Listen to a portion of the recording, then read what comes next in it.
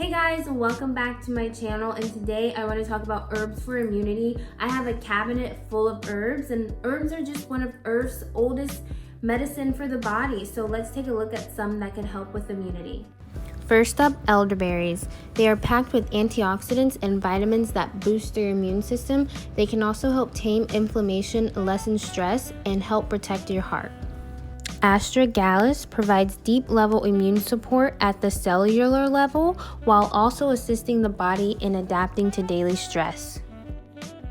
Reishi mushroom is a popular fungus used in Eastern medicine. It may boost the immune system through its effects on white blood cells. Turkey tail is a medicinal mushroom with impressive range of benefits.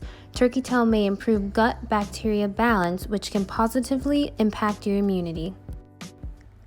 Echinacea is perhaps one of the best known and most extensively studied herbs.